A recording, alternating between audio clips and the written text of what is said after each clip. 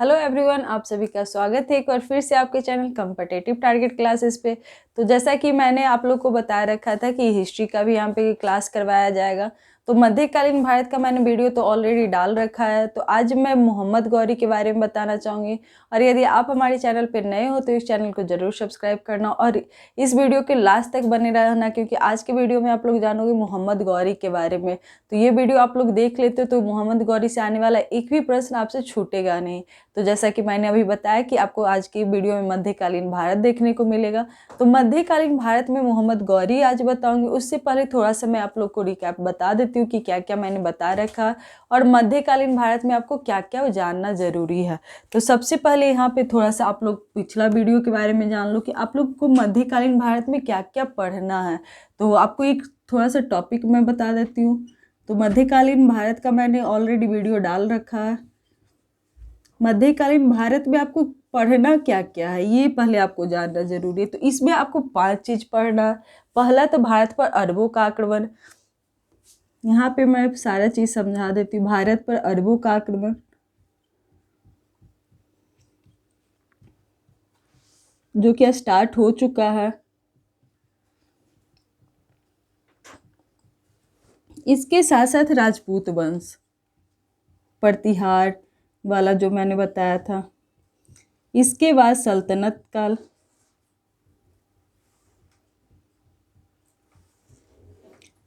जिसको मैंने ट्रिक के माध्यम से भी बताया था सल्तनत काल, जो कि GK TSL गुलाम खिलजी तुगलक ऐसे करके बताया था। फिर ये तो तीसरा पार्ट हो जाएगा। तीसरा पार्ट के बाद चौथा पार्ट में आपको क्या पढ़ना, तो विजयनगर के बारे में। तो ये सारा चीज़ मैं अभी आप लोग को कवर करवाऊंगी। और विजयनगर के बाद आपको क्या पढ़ना है, सूफी और भक्ति संप्रदाय। तो इतना चीज आपको कवर करना है, जिसमें अभी आप लोग का भारत पर अरबों का आक्रमण चल रहा है। तो भारत पर अरबों के आक्रमण से के पहले मैंने आपको बता रखा है कि उसमें मोहम्मद बिन कासिम, महमूद गजनबी के बारे में बता रखा है। तो आज के वीडियो में आप लोग जानोगे मोहम्मद गौरी। तो चलो हम अपने वीडियो की शुरुआत करते हैं। और ये वीडियो आप लोग के लिए बहुत यूजफुल होने वाला है। तो यहाँ पे मैंने हर एक पॉइंट को डालने की कोशिश की हूँ कि आपका कोई भी पॉइंट, मतलब कि मोहम्मद गौरी से जुड़ा हुआ कोई भी पॉइंट आए तो एग्जाम में छूटे नहीं। जैसे कि उनके ज़्यादातर आपको युद्ध के बारे में बताया गया है कि मोहम्मद गौरी तराइन का प्रथम युद्ध, तराइन का द्वितीय युद्ध, इसके साथ साथ चंदावर का युद्ध, चंदावर का भी युद्ध भी मोहम्मद गौरी ने किया था। तो किसके साथ किए थे, तो ये सारी जानकारी इस वीडियो में मिलेगी। तो चलो हम अपने वीडियो की शुरुआत करते हैं। तो आज का चैप्टर में आप लोग जानोगे मोहम्मद गौरी के बारे में। तो मोहम्मद गौरी का पूरा नाम, सबसे पहले आता है क्वेश्चन, मोहम्मद गौरी का पूरा नाम क्या है, तो शहाबुद्दीन मोहम्मद गौरी। क्या है, शहाबुद्दीन मोहम्मद गौरी। तो ये आपको क्वेश्चन में देखने को मिलेगा। इसके साथ साथ यह अफगानिस्तान में गौर का शासक था। कहाँ का शासक था, तो गौर के शासक थे। मोहम्मद गौरी गौर के शासक थे। उनके नाम में से भी आपको पता चल जाएगा। फिर थर्ड पॉइंट, मैंने हर एक पॉइंट डालने की कोशिश की। ये वीडियो ज़्यादा लंबा नहीं रहेगा क्योंकि ये बेसिकली मोहम्मद गौरी के बारे में ही है। तो ये उनके मेन पॉइंट आएंगे और लिखा हुआ है यहाँ पे, जो कि आपको एग्जाम में देखने को मिलता है। तो ये भारत पर आक्रमण करने वाला दूसरा तुर्की था। ये भारत पर आक्रमण करने वाला दूसरा तुर्की था। यदि इनका उद्देश्य पूछा जाए कि मोहम्मद गौरी का उद्देश्य क्या था भारत पर आक्रमण करने का, तो मुस्लिम संप्रदाय को ये करना। तो उनके उद्देश्यों के बारे में बताऊंगी। तो सबसे पहले ये भारत पर आक्रमण करने वाला दूसरा तुर्की था। क्या था, तुर्की था।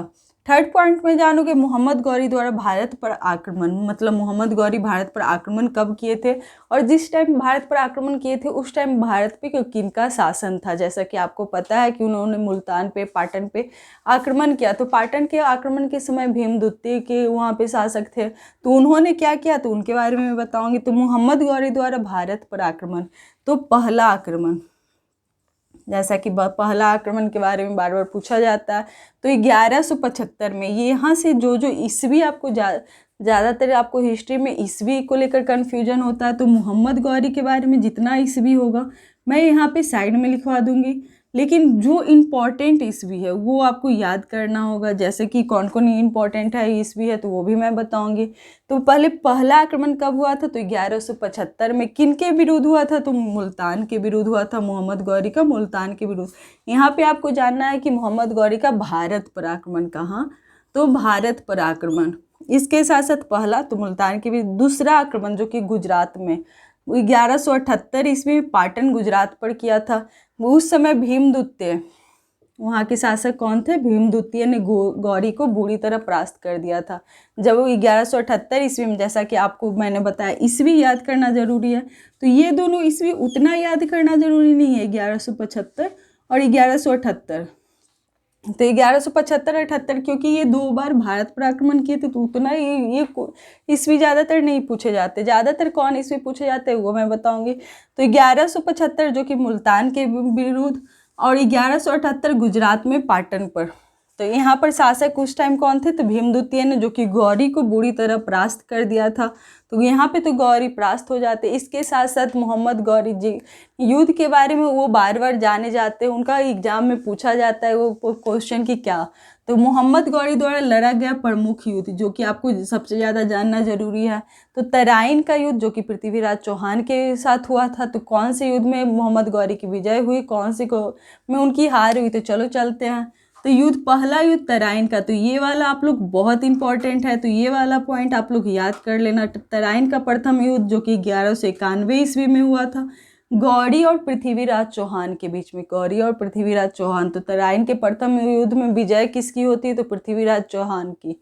किसकी होती है? तो पृथ्वीराज चौहान की। वही 1192 में फिर से युद्ध होता है मोहम्मद गौरी और पृथ्वीराज चौहान के बीच। तो लेकिन इसमें किसकी विजय होती है? तो गौरी की। यहाँ से उनका साम्राज्य विस्तारित रूप से विस्तार होता है तराइन के द्वितीय युद्ध से, जो 1192 ईस्वी में हुआ था। फिर से किन के बीच हुए थे? तो गौरी और पृथ्वीराज चौहान के। तो और फिर चंदावर का। यहाँ पे आपको ईस्वी याद करना, तीनों ईस्वी जरूरी है, क्योंकि ये आपको एग्जाम में पूछे जाते हैं। चंदावर का युद्ध, चंदावर का युद्ध किन के बीच हुआ था? तो मोहम्मद गौरी और जयचंद के बीच में। मोहम्मद गौरी और जयचंद के बीच में। तो यहाँ पे भी किन की विजय होती है? तो मोहम्मद गौरी। इसके साथ साथ मोहम्मद गौरी का कुछ पॉइंट जानना जरूरी है कि मोहम्मद गौरी का ये तो युद्ध है बेसिकली है। इसके साथ साथ आपको मैं कुछ पॉइंट बताऊंगी अभी। इसके साथ साथ कुछ पॉइंट आपको जानना जरूरी है कि मोहम्मद गौरी के साथ कौन आया था। जैसा कि बख्तियार खिलजी के बारे में आप लोग जानते हो, जो नालंदा विश्वविद्यालय को ध्वस्त किए थे, तो उनके बारे में भी कुछ पॉइंट यहाँ पे जानना जरूरी है।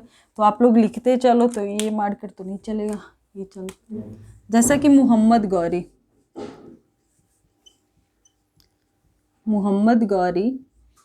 के साथ कौन आए थे? के साथ बख्तियार खिलजी। ये पॉइंट आपको बहुत ज़्यादा जानना जरूरी है। बख्तियार खिलजी जो कि नालंदा विश्वविद्यालय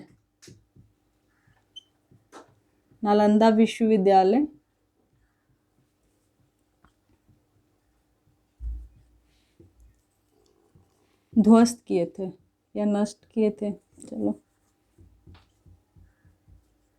नष्ट किया था।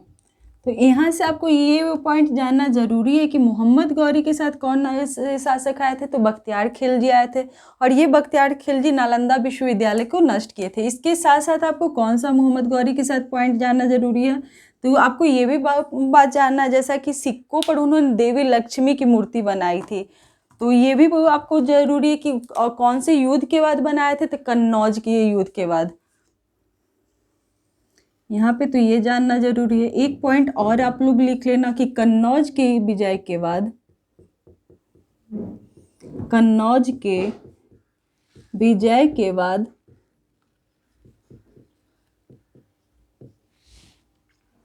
मोहम्मद गौरी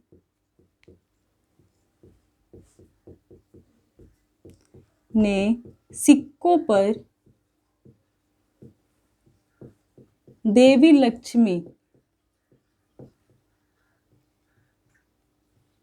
लक्ष्मी की मूर्ति बनाई।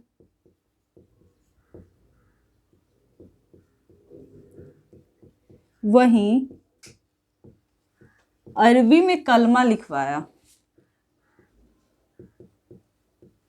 अरबी में कलमा लिखवाया। तो ये 2 पॉइंट आपको जानना भी जरूरी है एग्जाम के दृष्टि से। जैसा कि आपको पूछा जाएगा देवी लक्ष्मी की मूर्ति किन्होंने सिक्के पे लिखवाया था, तो मोहम्मद गौरी ने। और कब लिखवाया था, तो कन्नौज के युद्ध के बाद। इसके साथ साथ आप लोग जानोगे लक्ष्मी का बेसिकली उन्होंने चित्र बनवाया, फिर अरबी में कलमा लिखवाया। क्या लिखवाया, अरबी में कलमा लिखवाया। तो यहाँ तक तो आपको मोहम्मद गौरी के बारे में कुछ कुछ पॉइंट ये पता चल रहा होगा। पहला पॉइंट है उनका वो नाम शहाबुद्दीन मोहम्मद गौरी, ये क्लियर हो चुका है। यह अफगानिस्तान में गौर का शासक था। यह भारत में आक्रमण करने वाला दूसरा तुर्की था। इसके साथ साथ मोहम्मद गौरी के भारत पर दो आक्रमण हुए थे। 1175 में मुल्तान के विरुद्ध, 1178 में पाटन गुजरात में, जहाँ पे भीम द्वितीय ने मोहम्मद गौरी को पराजित किया। तो यहाँ तक तो आप लोगों ने जान रखा है, तो इसे मैं क्लीन कर देती हूँ। इसके साथ साथ कुछ कुछ पॉइंट आपको इनके बारे में जानना जरूरी है कि इन्होंने भारत पर आक्रमण क्यों किया, उनका उद्देश्य क्या था। तो सबसे पहले उद्देश्य के बारे में जानते हैं कि भारत पर आक्रमण करने का उद्देश्य क्या था। तो मुस्लिम साम्राज्य का स्थापित करना।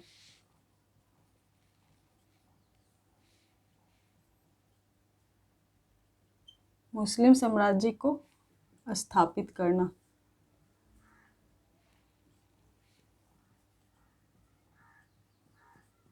इसके साथ साथ कुछ पॉइंट आपको जानना जरूरी, जैसा कि अभी मैंने बताया कन्नौज की विजय के बाद सिक्कों पर देवी लक्ष्मी की मूर्ति का चित्र बनाया, अरबी में कलमा लिखवाया। वहीं आपको ये भी जानना जरूरी है कि मोहम्मद गौरी की मृत्यु कब हुई।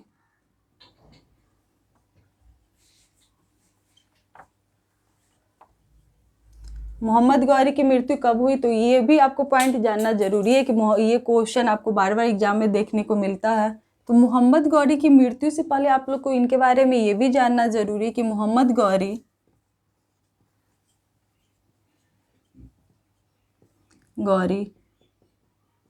अपने जीते हुए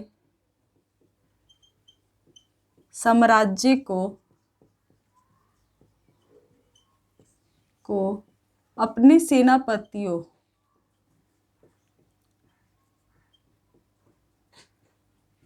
या गुलाम, जैसे कि मोहम्मद गौरी का गुलाम कुतुबुद्दीन खिलजी जानते हो, कुतुबुद्दीन खिलजी के गुलाम इल्तुतमिश जानते हो। तो ये सारे अपने सेनापति को या गुलामों को, तो उनके बारे में भी मैं चर्चा करूंगी अभी। गुलामों को सौंपते हुए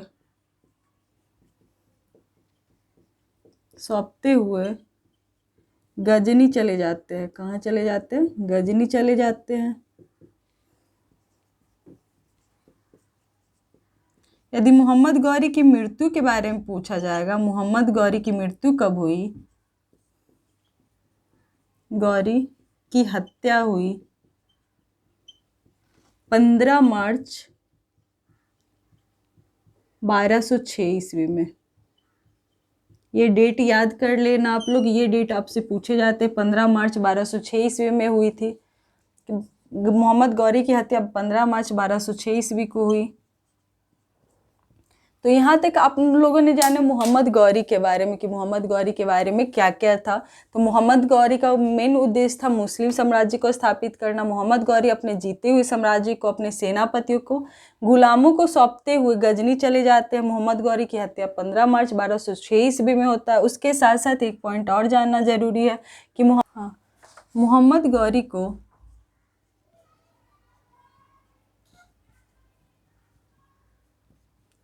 भारत में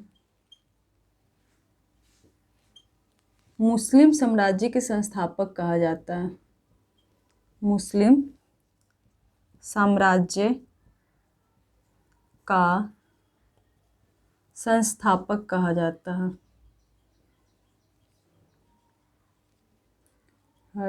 है। तो यहाँ तक आप लोगों ने जाना मोहम्मद गौरी के बारे में। तो मोहम्मद गौरी के बारे में मेन पॉइंट मैंने तो आपको लिखा दिया, लेकिन इसके साथ साथ मैं एक डायग्राम के साथ आप लोग को बताना चाहूँगी कि मोहम्मद गौरी के बारे में बेसिकली आपको जानकारी क्या क्या चाहिए। तो 15 मार्च 1206 यहाँ तक आप लोगों ने देखा। वहीं भारत में मुस्लिम साम्राज्य के संस्थापक कहा जाता है। तो इनका मेन डायग्राम आपको यहाँ पे मैं बताती हूँ कि मोहम्मद गौरी के बारे में अभी तक आप लोगों ने क्या देखा।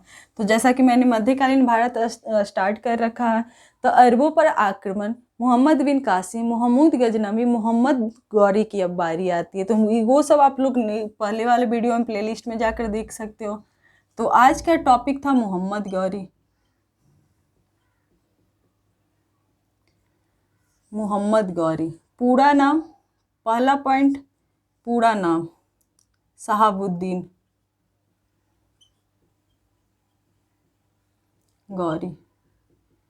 भारत में कितने आक्रमण किए? 2 बार आक्रमण। कब कब? 1175 और 78। 1175 में कहाँ के विरुद्ध किए? तो कहाँ के विरुद्ध आप लोग को मैंने बताया, मुल्तान के विरुद्ध। वही 1178 में पाटन गुजरात में, जहाँ भीमद्वितीय नहीं थे। तो ये 2 डेट याद करो। इसके साथ साथ आपको कर्मानुसार जो कि सबसे ज़्यादा उनके युद्ध कौन कौन याद करना है, तो तराइन का प्रथम युद्ध और तराइन का द्वितीय युद्ध। तो इसके साथ तराइन का प्रथम युद्ध कब होता है? तो तराइन का प्रथम युद्ध 1191, तराइन का द्वितीय युद्ध 1192 और उसके बाद चंदावर का जो 1194 में। तो ये 3 डेट आपको याद करना है।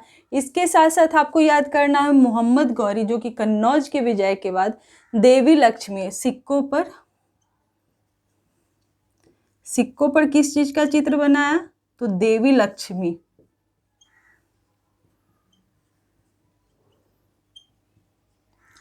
फिर कलमा के कौन से भाषा में लिखवाया? तो अरबी भाषा में। अरबी भाषा में क्या लिखवा है? तो कलमा। ये पॉइंट आपको जानना जरूरी। इसके साथ साथ यहाँ तक तो आप लोगों ने जान रखा। फिर मुस्लिम आक्रमणकारी, जैसा कि मैंने बताया कि अरबों, दूसरा तुर्की थे जिन्होंने भारत पर आक्रमण किया।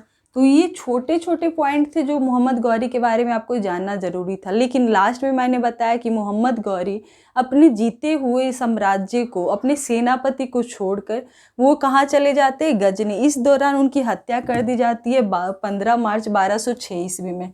तो यहाँ तक तो आप लोगों ने मोहम्मद गौरी के बारे में सारी जानकारी जानी और इससे ज़्यादा आपको एग्जाम में पूछेगा भी नहीं। इसके साथ साथ मैंने बताया कि मोहम्मद गौरी के गुलाम हो। तो मोहम्मद गौरी के बाद आपको नेक्स्ट चैप्टर में क्या देखने को मिलेगा? नेक्स्ट वीडियो में सल्तनत काल। सल्तनत काल में आपको क्या देखने को मिलेगा? गुलाम वंश,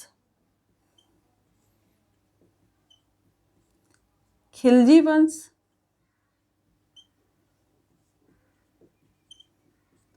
तुगलक वंश, वहीं सैयद वंश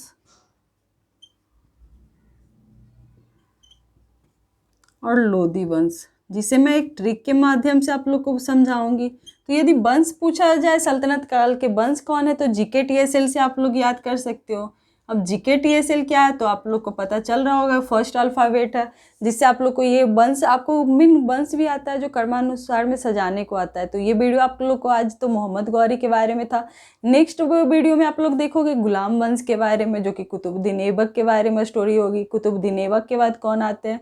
तो उनके बेटे आराम शाह आते हैं कुछ दिन के लिए। फिर इल्तुतमिश आता है, इल्तुतमिश के बाद रजिया सुल्तान आती है, फिर बलबन आते हैं। इस तरह से सारे वंश को, मतलब सारे के शासनकाल को मैं यहाँ पे बताऊंगी। तो नेक्स्ट वीडियो में हम जल्दी मिलते हैं। तो ये वीडियो आपको कैसा लगा ये कमेंट करके ज़रूर बताना, और वीडियो अच्छा लगा हो तो इसे लाइक करना, दोस्तों में शेयर करना, और नए हो भी इस चैनल पे तो इस चैनल को ज़रूर सब्सक्राइब करना। थैंक यू दोस्तों।